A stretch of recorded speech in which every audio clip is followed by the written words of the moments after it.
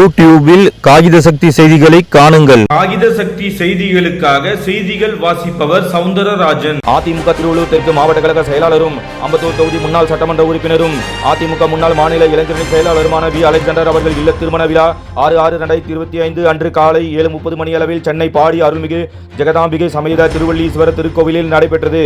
மேலும் அன்று மாலை 4:30 மணிக்கு மேல் சென்னை வானகரம் ஸ்ரீவாரு வெங்கடாஜலபதி பேலஸில் திருமண வரவேற்பு விழா பிரம்மாண்டமாக நடைபெற்றது.